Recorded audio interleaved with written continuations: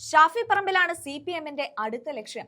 സത്യത്തിൽ ആദ്യമേ തന്നെ അതായിരുന്നു CPM അജണ്ട. എന്നാൽ അതിനുള്ള സന്ദർഭമോ സാഹചര്യമോ കിട്ടിയില്ലായിരുന്നു എന്ന് വേണം പറയാൻ. എന്നാൽ മാങ്കൂട്ടം ചെയ്ത പ്രവൃത്തികൾ ഇപ്പോൾ ഷാഫിയെയും വേട്ടയാടുകയാണ്. എന്നാൽ അതിന് ഒരുപാട് കാരണങ്ങളുണ്ട്. രാഹുലിനെതിരായ നീക്കത്തിലൂടെ CPM ലക്ഷ്യമിടുന്നത് ഷാഫി പറമ്പിലിനെയാണ്. CPM-ലെ മുതിർന്ന നേതാക്കളുടെയും പാലക്കാട് ജില്ലാ സെക്രട്ടറിയുടെയും വരികൾക്കിടയിലെ സൂചനകൾ വിരൽ ചൂണ്ടുന്നതും ഇതിലേക്കാണ്. ഷാഫിയും രാഹുലും തമ്മിലുള്ള ആത്മബന്ധത്തെ പോലും വളച്ചൊടിച്ച് രാഹുലിന്റെ പേരിൽ ഷാഫിയെ പ്രതിക്കൂട്ടിലാക്കാനാണ് സൈബർ ഇടങ്ങളിലും പൊതുവേദികളിലും CPM ശ്രമിക്കുന്നത്. ഷാഫി പറമ്പിലിനെ CPM ഇത്രയേറെ ഭയക്കുന്നതിന് പിന്നിൽ കൃത്യമായ രാഷ്ട്രീയ കണക്കുകളുമുണ്ട്. 2016-ലെ പാലക്കാട് നിയമസഭാ തെരഞ്ഞെടുപ്പ് CPM-ന് നൽകിയ മുറിവ് ഇനിയും ഉണങ്ങിയിട്ടില്ല. അന്ന് CPM-ന്റെ മുതിർന്ന നേതാവ് NN കൃഷ്ണദാസിനെ 3-ാം സ്ഥാനത്തേക്ക് പിന്തള്ളിക്കൊണ്ടാണ് ഷാഫി പറമ്പിൽ വിജയിച്ചു കയറിയത്.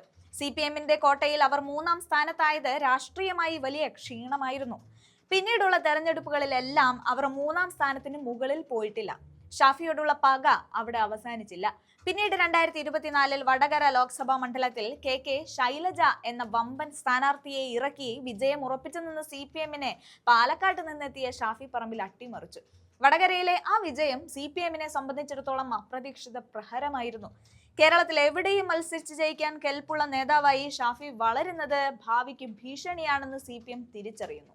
സമരവീര്യമുള്ള യുവ നേതാക്കളെ കേസുകളിൽപ്പെടുത്തി അവരുടെ രാഷ്ട്രീയ ഭാവി ഇല്ലാതാക്കുക എന്നത് CPM പയറ്റുന്ന സ്ഥിരം തന്ത്രമാണ്.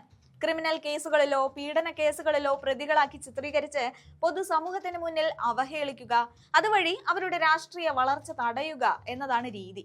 രാഹുൽ മാങ്കൂട്ടത്തിൽ ആ കെണിയിൽ പെട്ടുപോയെന്നും ഇനി അടുത്ത ഊഴം ഷാഫിയുടേതാണെന്നും കോൺഗ്രസ് ക്യാമ്പുകൾ സംശയിക്കുന്നു. MP ആകുന്നതിന് മുൻപ് തന്നെ ഷാഫിയെ ഒതുക്കാൻ CPM പല വഴികൾ നോക്കിയിരുന്നു.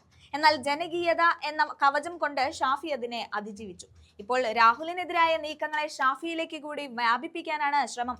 കോൺഗ്രസിലെ വരും തലമുറ നേതാക്കളെ മുളയിലെ നുള്ളുക എന്ന തന്ത്രം തന്നെയാണ് ഇതിനു പിന്നിൽ.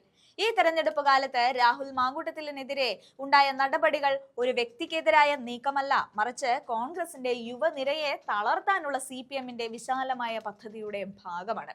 ഷാഫി പറമ്പിൽ എന്ന രാഷ്ട്രീയ ഭീഷണിയെ നേരിടാൻ നിയമ സംവിധാനങ്ങളെയും രാഷ്ട്രീയ സാഹചര്യങ്ങളെയും CPM ആയുധമാക്കുമ്പോൾ വരും ദിവസങ്ങളിൽ കേരള രാഷ്ട്രീയം സാക്ഷ്യം വഹിക്കാൻ പോകുന്നത് വലിയൊരു രാഷ്ട്രീയ പോരാട്ടത്തിനാകും.